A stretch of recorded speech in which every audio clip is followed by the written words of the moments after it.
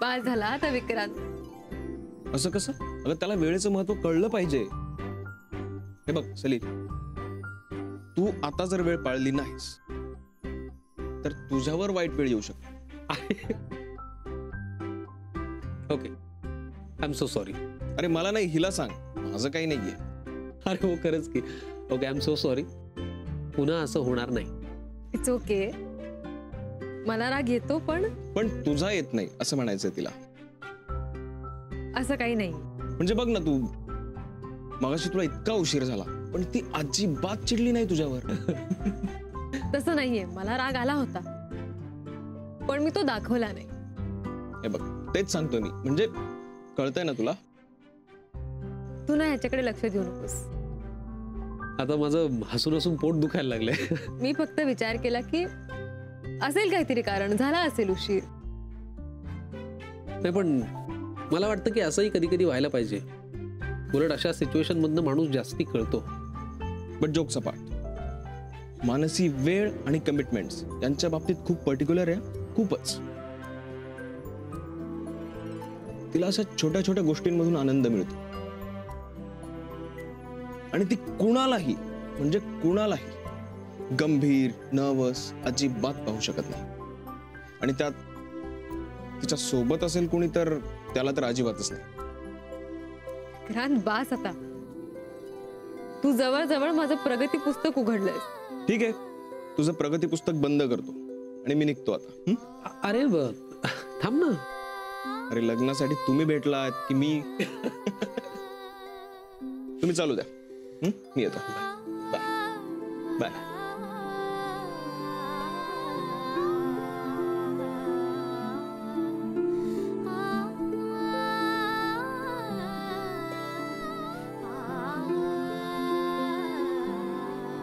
सलील पंडित बघता क्षणीच आपल्याला आवडला, पण त्याचं आणि मनूच्या भेटीगाठीचं काय झालं देव जाणे. हो ना. अरे आता या मनूशी बोलायला जावं ना तर तिचा मूड कसा असेल देव जाणे. कारण अहो हल्ली स्थळ, लग्न, मुलगा हे नुसते शब्द सुद्धा तिला चिडायला पुरतात. पण आता गप्प बसून चालणार नाही. परवाच तिच्याकडे विषय काढला होता, तेव्हा नुसतं भेटला एवढंच सांगितलं तिने. पण पुढे काय झालं हे सांगायला नको का? आपण असं करूया का, आपण जावई बापूंना विचारूया का? अगं बाई, एकटेच आले वाटतं. जावई बापू, तुम्ही बसा बसा बसा, प्लीज बसा. हे काय तुम्ही एकटेच? मनू? हा, ती सलीलला भेटायला गेलीये. मी तिकडनंच येतोय आता. चला, आता चिंता नाही. अहो आम्ही आता याच विषयावर बोलत होतो आणि आम्हाला वाटलं की या मोनाच्या बाळणपणाच्या गडबडीत एक चांगलं स्थळ गेलं की काय. नाही, मी असं म्हणत होते की आपण बारशाबद्दल ठरवूया का? बोला बोला. नानू मामाना केवढा उत्साह आहे बघितलं का? आता मी आज कधी नव्हतं एवढ्या उत्साहात असेल तर तुम्ही त्याची थट्टा काय करताय? एक मिनिट. तसं त्याला नावं ठेवायला आवडतं, म्हणजे असं असू देत नाही तर तसं होतं, नावं ठेवतोच. अरे आम्ही थट्टा नाही करत आहे. आम्ही असं म्हणतोय की बारसं कसं 12व्या दिवशी झालं पाहिजे. पण मोनिकाची तब्येत अजून बरी नाही, मग 12व्या दिवशी बारसं करायचं का थोडं पुढे ढकलायचं? नाही अलका, पहिलंच बाळणपण आहे तर आपण नंतरच करू की बारसं. काय नानू? नाही, तू म्हणतेस ते बरोबर आहे. पण मग फार उशीर नाही ना होणार? काय होत नाही का उशीर वगैरे काय. तोपर्यंत तिला आपल्याला बाहुली किंवा छकुली असं काहीतरी म्हणायला लागेल, इतकंच.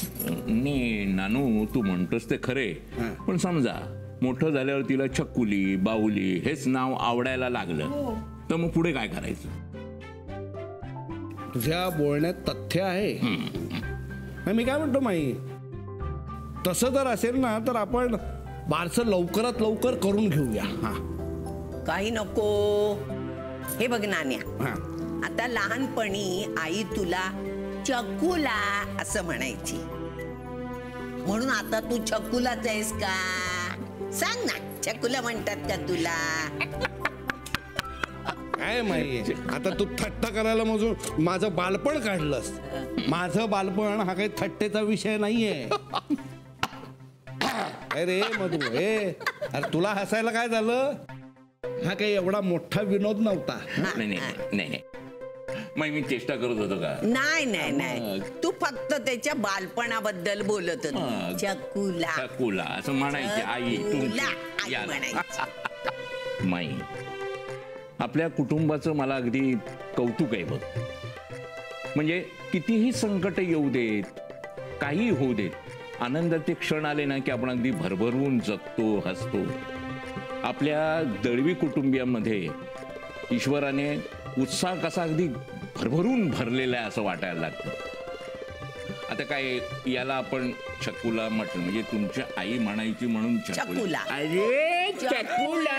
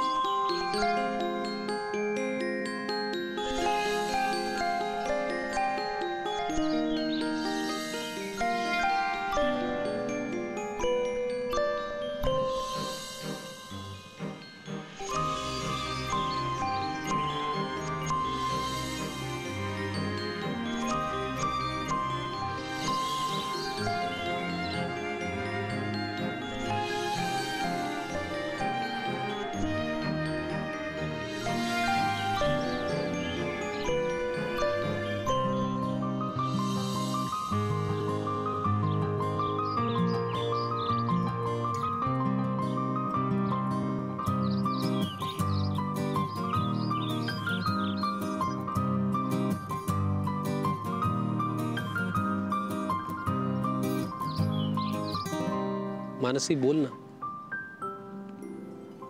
काय काय म्हणजे ह्याचं बोल म्हटलं की मला इंटरव्ह्यूला आल्यासारखं वाटतं. काय झालं हसायला? ऍक्च्युली मला पण हे असं लग्नासाठी भेटणं म्हणजे ना मला एखाद्या मार्केटिंग कंपनीत असल्यासारखं वाटतं.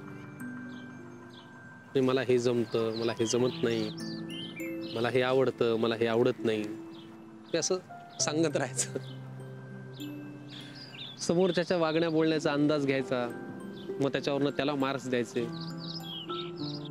मग सरते शेवटी मी कसा लग्नासाठी एक नवरा म्हणून परफेक्ट आहे हे सांगायचं. म्हणजे सगळे तसं करतात असं नाही, पण हे तुला विनोदी नाही वाटत? सिरियसली म्हणूनच मी माझ्याविषयी आतापर्यंत असं काही इम्प्रेसिव्ह नाही सांगितलं तुला. अहो मॅडम, पण आता ओळखीची पहिली स्टेज आपण पूर्ण केली आहे. तू आत्ता जर तू काही सांगितलंस तर मी त्याला मार्केटिंग नाही समजणार, माहिती समजेल. काय बोलू मी स्वतःविषयी? मी जर बोलायला लागले तर मला वाटतं 4-5 वाक्यात माहिती संपेल. हो, पण तरी पण लहानपणीच आई बाबा गेले, मग आजी आजोबाच आमचे आई आणि बाबा झाले. तसं बघायला गेलं तर आम्हाला फारसे नातेवाईक नाही आहेत. एक मामा आहेत, ते इंदोरला असतात. पण आमचं सगळंच आजी आणि आजोबांनी केलं. असं आमचं छोटंसं कुटुंब. पण खरं कुटुंब म्हणजे काय असतं हे मला ताईच्या लग्नानंतर कळलं. खरं तर लग्नानंतर सासर माहेर असे 2 वेगळे कुटुंब असतात, पण दळवी फक्त आडनावाने वेगळे. मग मी सुद्धा स्वतःला लकी म्हणेन, कारण तू माझ्या बरोबर बोर नाही झालास. मग आता झालं, सगळं ठरलं. तयारी करा. कसली तयारी? बाळाला घरी नेण्याची. हे तुमच्या भाच्यावर अवलंबून आहे ना? म्हणजे तो मला दळवी घरात सोडतोय का माझ्या घरी हकलतोय?